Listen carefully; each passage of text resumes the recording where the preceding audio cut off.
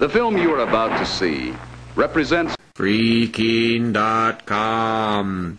You may have to go to jail in or mid-July over what you described as sort of like a paperwork snafu, where they didn't bother giving you the paperwork that you needed for. They didn't even tell you had to show up on a given day, and then they say, "Oh, you didn't show up on a given day." Exactly. Another example of government efficiency. I am out on bail for the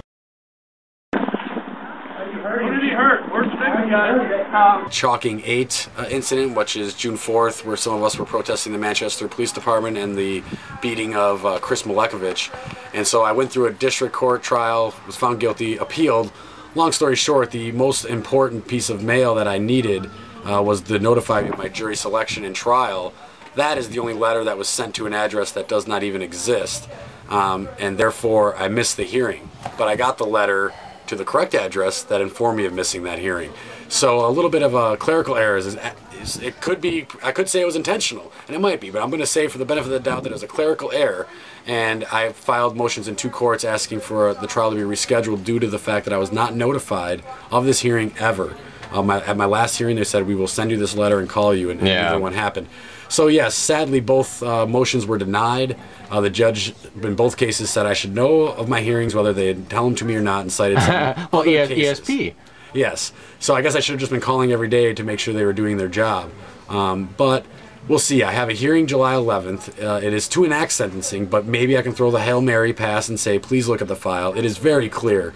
Otherwise, it looks like the taxpayers will have to forward the bill for my stay, 60 days of House of Corrections, and pending 10 months if I don't behave for the next 2 years. So, sad outcome to that. I really wanted to get in front of a jury and do that, but I don't really want to go through the whole process of filing appeals in the Superior Court, and that's more like asking the man to turn the guns on them. So I've done everything right, I didn't do anything wrong, and if 60 days is what it is, then I'd rather do it now. That it's already been a year, so I'm really upset and disturbed by having the state under, my wing all the time. So I'm trying to alleviate that to a the Chalking 8 incident was one of those situations where a lot of attention came to your concerns, and the public did not get particularly angry at the activists, and I think that's significant.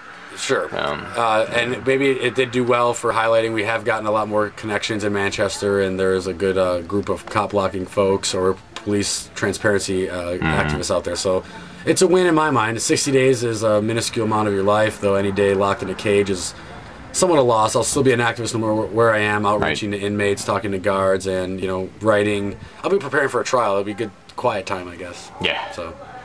All right. Damo Freeman, thanks for your service. Thanks for your time, Dave. See you out there.